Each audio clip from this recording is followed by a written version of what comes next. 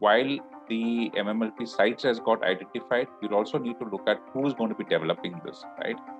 So I think there is a fair amount of need for public-private partnership to come through. Private entities are being roped in to get this up and running.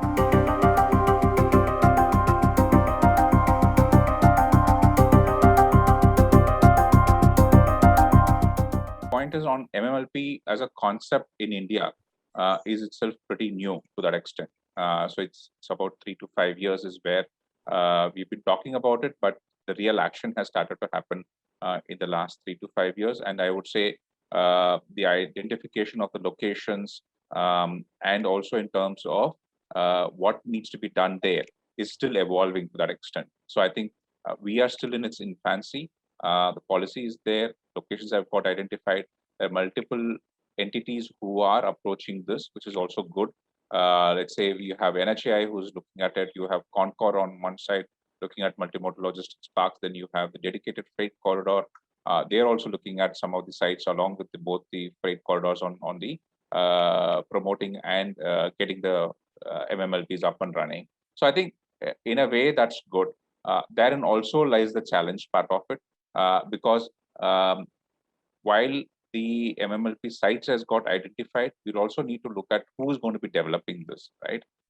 So I think there is a fair amount of need for public-private partnership to come through. Private entities are being roped in to get this up and running. So in terms of what needs to be done is clearly three things. One is to have a uniform way of development. So at least have a model concession agreement rolled out so that multiple entities who are going to be doing this don't come up with their own set of aspects which is there. Second is to have a fairly good amount of consultation with the people before this kind of gets rolled out. We have seen success in a different area I'll talk about, which is the toll operate transfer on the roadside. The main success happened because it was also a term kind of a monetization initiative on the roadside happened, but success happened because a fair amount of consultation happened quite quickly. Like Manu says that it wasn't a long drawn part of it. Quick consultation, getting everybody on board, thrashing things out, and then a document which got done. And I would say 95% of what was done then is still running across just today, and multiple sectors are wanting to adopt that as well. So I think the point is that if you start with a good beginning, then that will also get ironed out. The third one is also not wait for government to be doing these multiple logistics park, but also get across the private sector to do it. That's one part. The second is many of this multimodal name is quite fancy, saying it's multimodal, but it's actually single mode. If I were to say, it's a logistics parks with just the road part of it, which is there. So if it has to be truly multimodal, you need to have at least 3 modes coming in together and to do it, not just 2. I'm consciously saying 3 of them. Out of the 4, 3 being any of the one which is there, it says the road, rail, water, or in terms of the air part of it. So identify those sites, get them up and running, get those connected.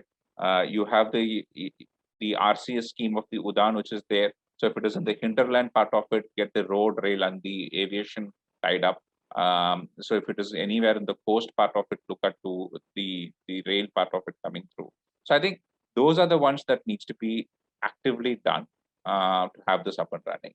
I think in a way, the limited goal should be that no product should travel more than 100 kilometers from its point of origination before it hops onto any of these logistics parks, and it can get picked from there and get transported further. The moment it starts traveling beyond this kind of a distance, it becomes cost uncompetitive.